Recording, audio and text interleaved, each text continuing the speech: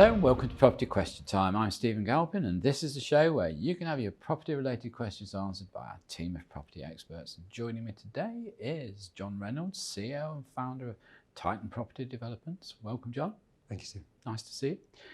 And Simon Das, property investor, finance broker and founder of 978 Group. Welcome to you, Simon. Hi.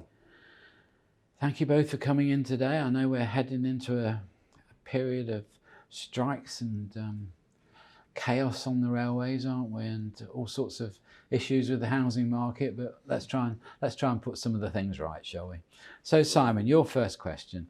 Do the panel think that there is any variation in the ability and qualifications to raise investment funds for buy-to-let comparing the south of England to the north of England? Okay, well, there's probably three main criteria that you need to take into account when raising funds wherever you are. One of them is a solid business plan, so something that investors or banks are going to buy into, a fair rate of return, and some suitable security, whether that's a first charge, a second charge, a debenture, a PG. So fundamentally, you need to offer those things whenever seeking finance, wherever you are in the country, I would say. I don't think that changes. If you are seeking finance, that business plan becomes your experience plus the project that you're looking at. And you know, if you're looking to build 20 houses, then hopefully you've built 10 or 15 before now.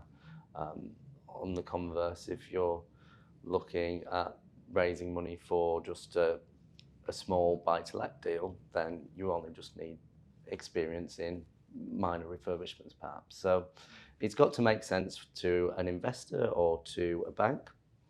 You've got to be able to offer that security, whether it's a first charge or a second charge. Most conventional lenders are going to look for first charges.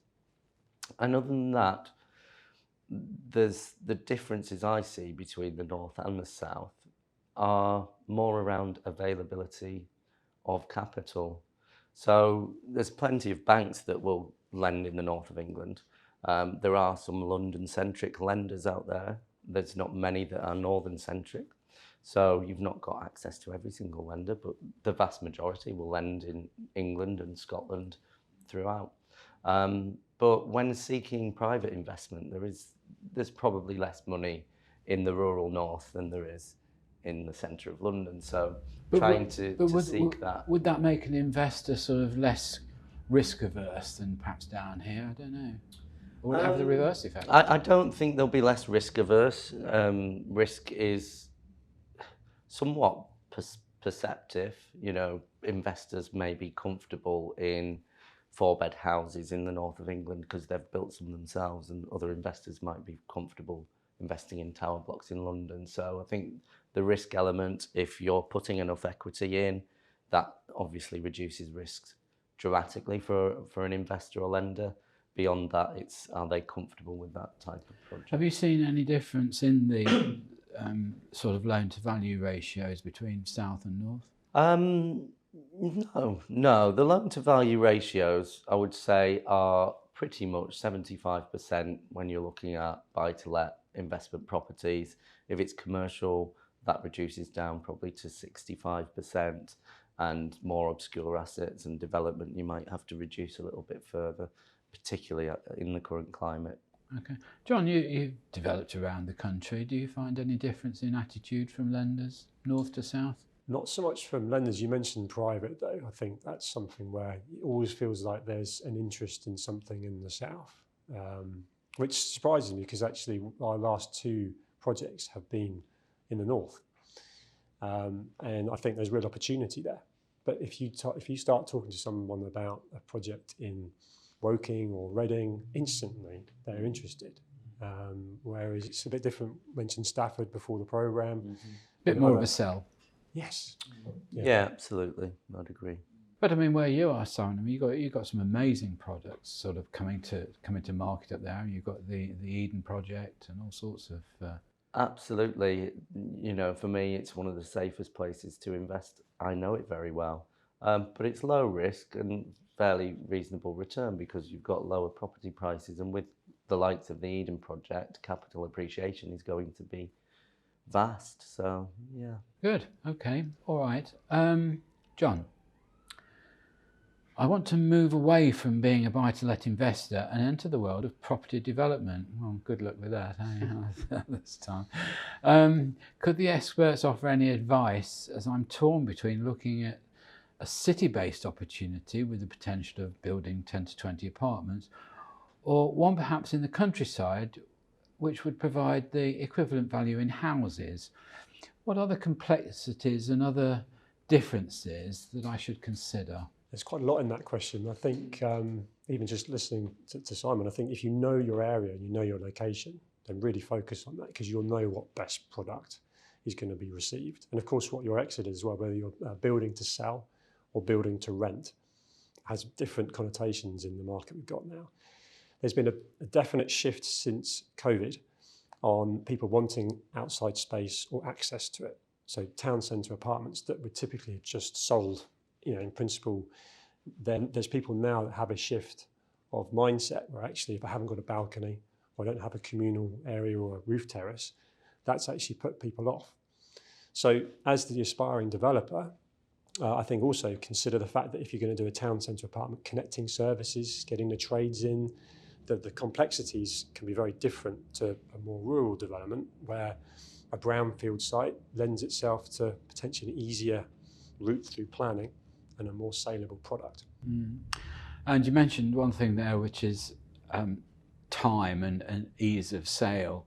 I mean, time's the one thing a lot of people fail to take into account, isn't it, when they're developing and looking to sell? It's so important. It's the one factor that they overlook. It is, and time is money.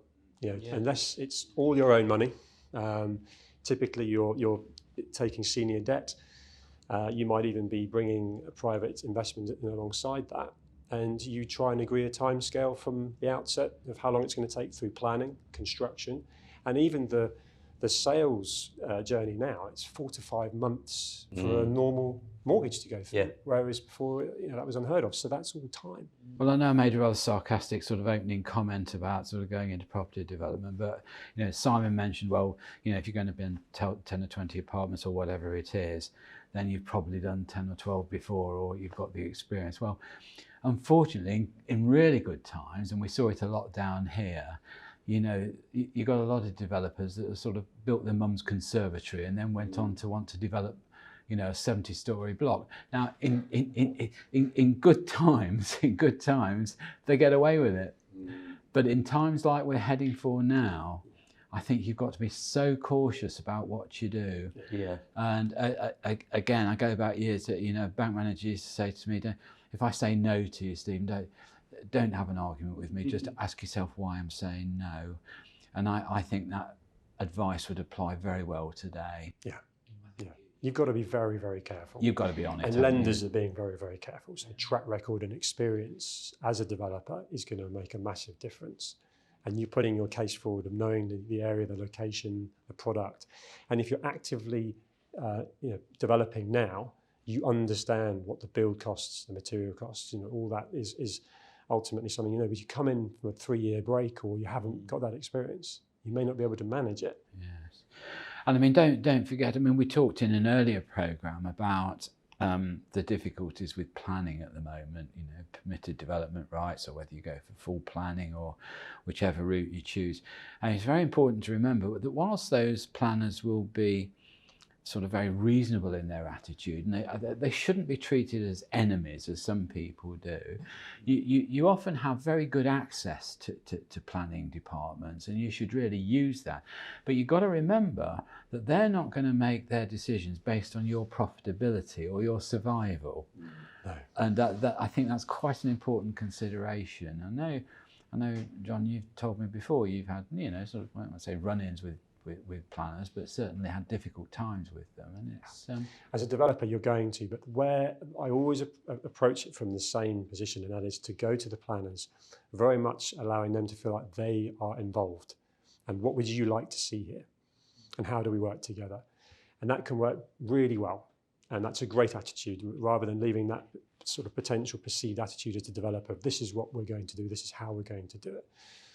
it does then, it's determined then about how the planner responds to that. But well, I've said it before on this program. I have a friend who's a very high, I suppose, say KC now, not QC, in planning, and I once went to him with a failure that I'd applied for, and I said, "Can we appeal this?" And he said, "Yeah, you can appeal it if you've got the money." And then he said, "But why don't you just consider why they've turned it down?" And he said, "My guess is they've turned it down because they don't like what your architect's drawn as a project." So I said, "Yeah." So he said, "Well, go away and tell your people to draw something that the planners do like." And he said it'll be the cheapest option and the fastest option. And I've sort of remembered that all the way through, and I think it was excellent advice. And again, very relevant today, I think. yeah. Okay, well, that's all we've got time for in this half of the show. So join me again after the break when we'll be asking John and Simon more of your questions. Hello, I'm Stephen Galpin. Welcome back to part 2 of Property Question Time, and I'm joined by John Reynolds and Simon Das. Simon, I'm considering buying a property in the Lake District for the purpose of renting out for holiday lets. I read that there is a resistance to people buying second homes in the area. Would I be subject to that resistance or bad feeling making a purchase that would be just for investment only? So there's resistance for change anywhere, isn't there? There's that phrase used in property a lot, not in my backyard. So there is clearly going to be some people who have the opinion of, you're from outside the area, you're looking to make a profit in our area, and they have that sort of, that causes them some friction. But I think you can look at it in 2 ways, and you can look at what you're actually providing for the area. If you're buying a property that needs some work, get in there, regenerate it, do the frontage up as well, so it enhances the street.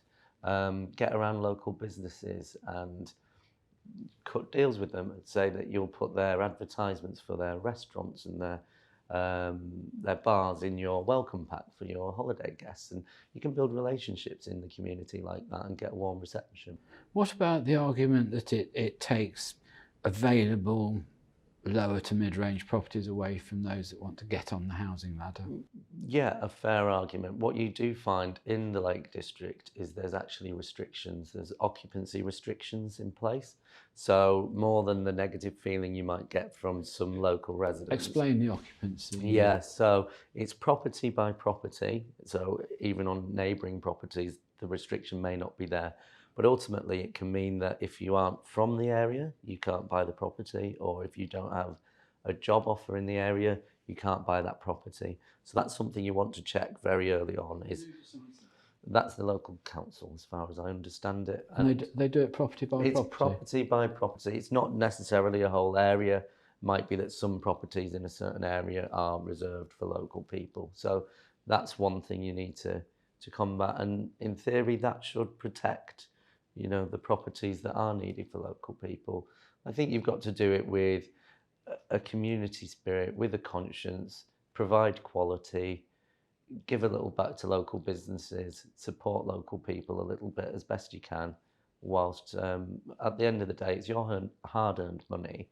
And if you're willing to invest it into something that can benefit an area, then I'm just trying to think of the ups and downs on that one. I mean, if I had in front of me now 2 people that were perhaps selling and marketing property in France, they'd say, "Oh, it's very important that you learn the language, you mix with the community, you contribute to the community, you become part of it, and life will go on very smoothly." And I can see that argument in seaside towns in particular, attractive areas like the Lake District. But on the other hand, I can also see the other argument that actually just the more vibrant and active the market becomes, it spreads through the whole range of properties from bottom right to top. And I tend to favour that argument rather than being restrictive. Yeah.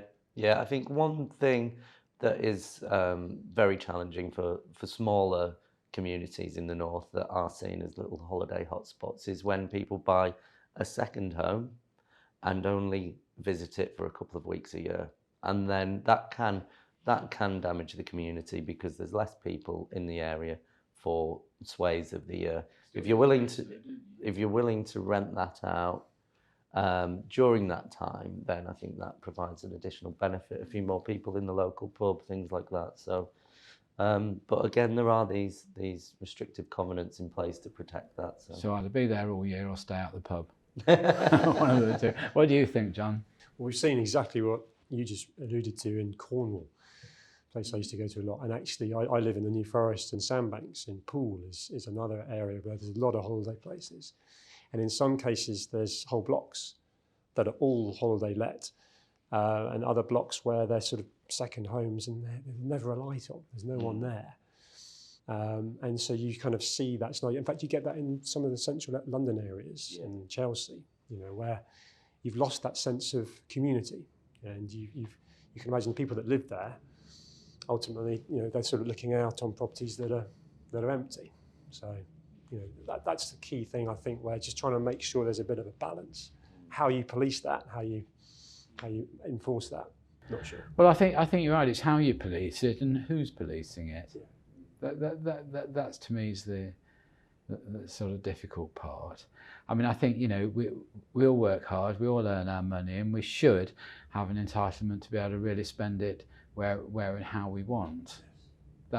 That's where I sort of come unstuck with the protective argument. Yeah, because often when policies do come into play, they alienate or create another problem down the line. If it self-polices, i.e. the people that are craving a community, I might get into trouble for saying this, but craving a community, they could move to somewhere where there is a community. Yeah. No, it's a little bit like, John, if you take Westminster, for instance, which, I mean, the council tax in Westminster for private houses used to be lower than practically anywhere in the country. It was ridiculously low. And people say, well, how come? Well, because it was being subsidised by all the high-paying shops on Oxford Street, Regent Street, Crown Estate, and all that sort of thing. So actually, this sort of commercial encouragement actually paid dividends to people who lived there.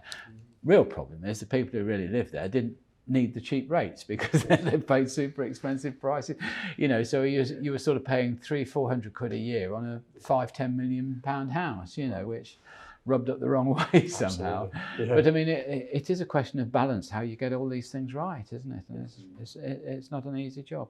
Anyway, okay, well, that's not for us, I suppose. John, I'm considering retrofitting solar panels on 2 HMO houses I own. This is becoming quite a critical consideration as my rents include energy costs within them.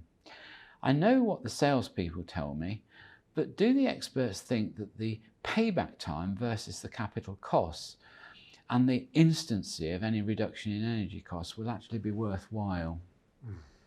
Now, I know it's very complex, isn't it? But yeah, I mean, the reference of instancy, that's not going to happen. I mean, you're incurring costs up front to put in, whether it's solar panels or it could be putting insulation or upgrading the boiler to a much more energy efficient boiler to try and achieve the same thing. And it's many thousands of pounds, isn't it? Exactly. And how far do you go with that?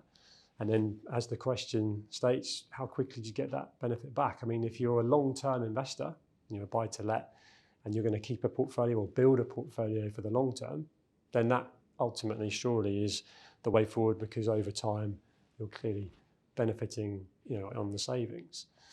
I mean, the other thing is existing properties don't always lend themselves to, for example, the solar panels in the question. Have you got the right roof for that? Sometimes there's only 30-40% of the roof that's actually viable for solar panels. Is the property big enough to make it worthwhile? So there's all sorts of different scenarios that become relevant to that question. I just struggled though to see the government's policy here, because they've come out this last few months saying, "Oh, go for solar panels. They're great. This and that," and they've stopped the subsidy. Yeah. So I just don't get that. No, it seems to be a common trait with government. I don't want to bring up other scenarios, but diesel cars, whatever it might be, electric cars, they kind of just they push a real initiative.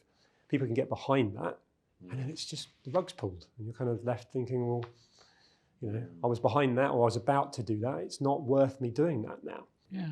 Well, I know I had one of the first hybrid cars, for instance. I got that and it was great. You had no congestion charge. You could park one thing or another. And then within months, the government said, oh, actually, we're stopping all the incentives for hybrid cars, which are more expensive than ordinary cars. So I thought, well, why would I buy one? You know, do I want to pay another 20 grand for my car because I've got a conscience? I'm not sure whether that washes too well. No, worked in Hollywood. Yeah. It's not real life. And again, I then went to full electric, and that was great. I agree, it's very cheap to run, no road tax. You could park for, I think it's about 45 pence or something for the first hour in Westminster, and then another 4 hours on top for nothing. And now the mayor's announced, well, that's finishing, it's all going. So just as we start to get towards electric cars, it's all fin- and it seems to be the same. These sorry, I haven't got the right term, John. The heat exchangers, heat pumps outside the houses to air source heat pump. Yeah. Apparently somebody went on the government website and there was just no help whatsoever, because at the end of the day, your house has got to be suitable, your flooring has got to be suitable. There's so many peripheral costs to putting them in, on top of which the actual pump itself is totally inefficient in terms of energy use. So again, these things I understand are sort of 30 or 40,000 pounds to put in. Where's the payback? Yeah, and it's long term. It is long term. So and it's affecting your cash flow now, which in the current climate we're in doesn't mean anyone and everyone can afford it. And the other thing which you just mentioned is that if you do one or two things, it can have a knock-on effect of really meaning you should do other stuff as well. If you insulate a loft, it means the rest of the loft is ultimately frozen and pipes can crack and the boiler can fail, and the rest of the house has everything kind of then going wrong inside it. It's not one problem solved. Well, when they do this insulation, you can often get a case where, the roof's great now and all the heat just goes out of the windows. Exactly. You know, so... Well, we've got a situation now where we're seeing the end of gas boilers, aren't we? It's been a big thing. The last few years, gas boilers are getting phased out, but with current energy prices, properties with gas are actually getting higher EPCs, so the switch to electric is reducing your EPC.